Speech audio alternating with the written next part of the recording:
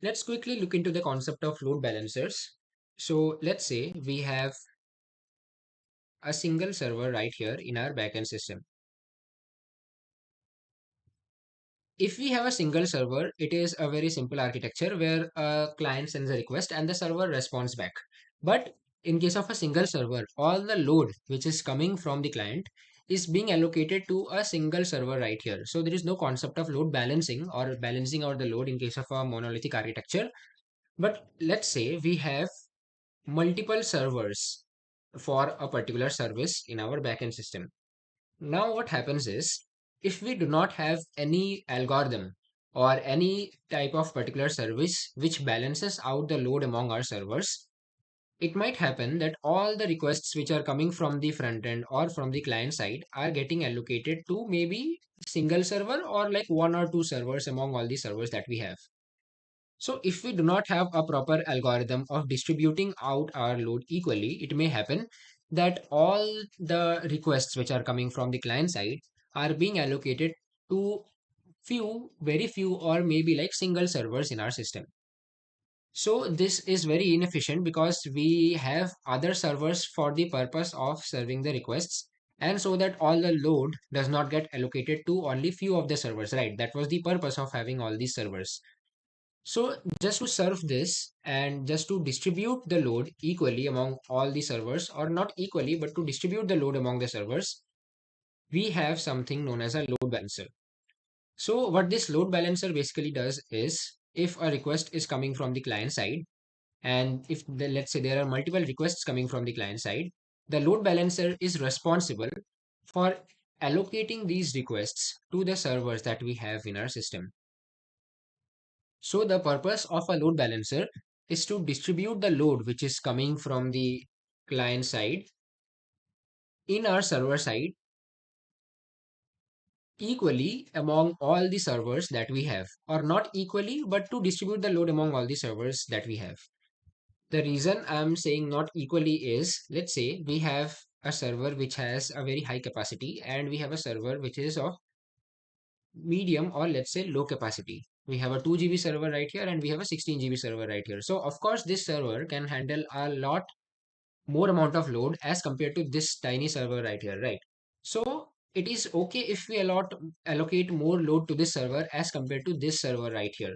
So it is not necessary that we need to distribute the load equally among all the server. It depends on our server configuration. If all the servers in our system have the equal configuration, let's say this was also of 2 GB, then we can freely allocate the load among all the servers that we have. But if we have servers of different configurations, then we need to keep in mind that we allocate the load to higher capacity servers first so that our servers remain healthy. So this is the basic concept of load balancing. Now to implement load balancing algorithm in our system, we have various kinds of algorithms, and among them we will be looking at three basic algorithms. The first one is a very basic algorithm called round robin algorithm. So in case of a round robin algorithm, we let's say have a structure like this. Let's say we have four servers in our system, and these are named as server 1, 2, 3, and 4 respectively. So let's say we have four servers in our system like this, and then we have a load balancer to distribute the load among these servers. So, in case of a round robin algorithm, what will happen is if a request has come to the load balancer, let's say it allocated the first request to this server 1 right here. Then the next request which comes to the load balancer, it will simply allocate the request to the next server in our system. Then there comes third request, let's say, then the third request will be allocated to the third server and so on. If there is a fourth request in our load balancer, then this fourth request will be allocated to this fourth server right here. So what is happening is we are going in a rounded fashion or a circular fashion from one server to the other, and the load which is coming is basically getting distributed in a cyclic manner across all the servers that we have in our system. So if the first request got served to the first server in our system, the second request will be served to the second server, third request to the third server, and so on. Of course, it has its own advantages and disadvantages. The advantage being it is very simple, as we can see right here.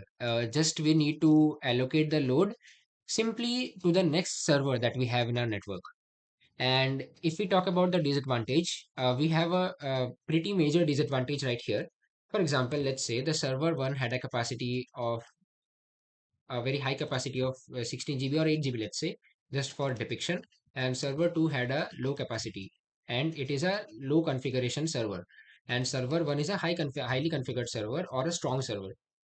So what happens is, let's say this server 2 had a previous load which it was already processing. Then the next load got allocated to server 3, then to server 4, then again to server 1. Now, server 1 is a strong server, so it can process multiple requests at a time or like loads of requests at a time. But let's say since server 2 is a low configured server, it cannot handle multiple or like number of requests at a time, let's say. So, according to our load balancing algorithm, if the previous request had been allocated to server 1, the next request will still automatically get allocated to server 2, although it had a lesser configuration than server 1 and it cannot take any more load. Suppose it was not, it cannot take any more load and it will break down if another request or load comes into the system, into the server. Server 1 had the capacity to take the load, but according to our round robin algorithm, if we had allocated the previous request to server 1, the next request will no matter what automatically go to the server 2. So in simple terms, if I say the load balancing algorithm in case of round robin algorithm does not take into account the configuration of the servers. It just blindly allocates the next request to the next server which is present in our system. Ideally, what it should have done is, since this server 1 is of 8 GB capacity or like a higher capacity, let's say, so it should have allocated this request to server 1 because it can take in the request, it can process the more amount of load. But because of our algorithm, it got allocated to server 2 and the server 2 might break down because of higher load. So this is one disadvantage of round robin algorithm.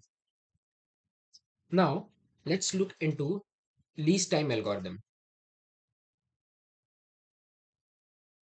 The second algorithm which we will be looking into is least connection algorithm. So in case of a least connection algorithm, let's say we have three servers in our system,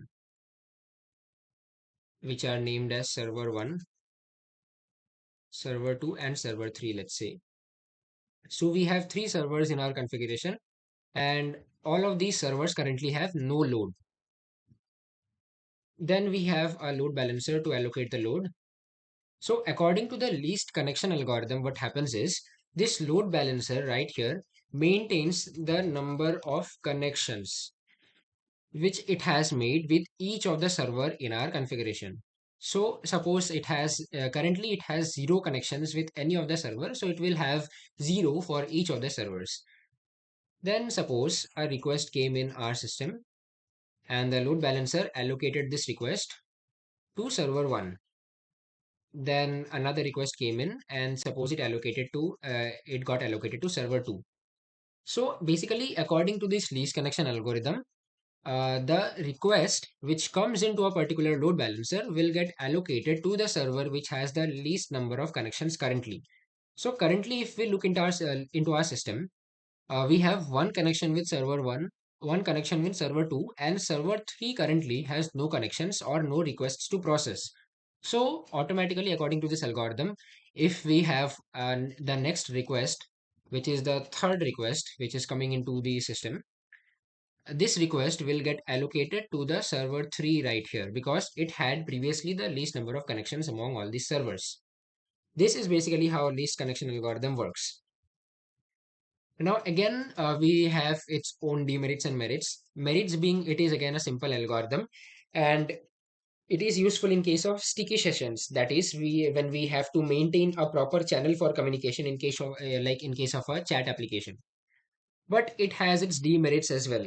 Like for example, if again server 1 is of higher configuration and server 2 is of lower configuration, and let's say it did not have any connections right now, and so the new request which will be coming into the load balancer, it will see that the load balancer will see that okay, I have one connection with server 1, but I do not have any connections with server 2. So server 2 is having the least number of connections. So it will automatically allocate the load to server 2. Instead, what ideally should have happened is if server 1 is of higher configuration, it can process more amount of load at the same time. So the load should have been allocated to server 1. So again, least connection algorithm also does not look into server configurations and just allocates the load blindly on the basis of least number of connections. Then we have third algorithm in our system for load balancing, which is known as least time algorithm. So in case of least time algorithm, let's say we again have a system of three servers. We again have a system of three servers, let's say, and we have a load balancer right here. Now, in case of least time algorithm, as the name suggests, in case of least connection algorithm, we were storing the number of connections. But in case of least time algorithm, we will store the amount of time. And amount of time for what? The amount of time each server has taken to process a particular request. Suppose we have sent a connection or a request to server 1 and the server 1 took, let's say, 25 milliseconds to respond. So this 25 milliseconds of time will be stored in the load balancer somewhere, and it will remember that okay, we sent a request to server 1 and server 1 took 25 milliseconds to respond. And we know higher the configuration of a server, more will be the lesser will be the amount of time taken by the server to process a request. So if like server 1 is a very highly configured or a very powerful server, it will take very less amount of time to process the request, right? So let's say we have stored all the time for our servers, or the time which our servers take to process request. Let's say for server 1 we have 25 milliseconds to process a request. For server 2 we have 10 milliseconds, and server 3 have we have 5 milliseconds. So according to the time that we have taken in our system, server 3 is the strongest because it is taking the least amount of time to process the request. So accordingly, when the next request will come to our load balancer, it will automatically allocate that request to server 3 because the server 3 was the strongest among all these servers. So it can handle a lot amount of load. So the request which came into our load balancer got allocated to server 3 because it had the least amount of time that it took to respond. So this is basically the least time algorithm, and it is used in applications where we cannot handle more or like high latency, like real-time applications. For example, in trading applications, search engines, etc. It is used in those kinds of applications like trading applications, search engines, etc., where we can like handle high amount of we need to handle high amount of traffic. But of course, it has its demerit as well. Here the load balancer needs to like calculate the average time each server needs to process the request. So like if server 1 is taking 25 milliseconds to process a request, the load balancer needs to have like a logic which will calculate the time taken by the server 1 to process the request. So we need to store a lot of information in the load balancer, and basically the load balancer needs some amount of compute to calculate the time taken by each server to process the requests. So these were the basic algorithms for load balancing, and this is how a load balancer basically works in a system.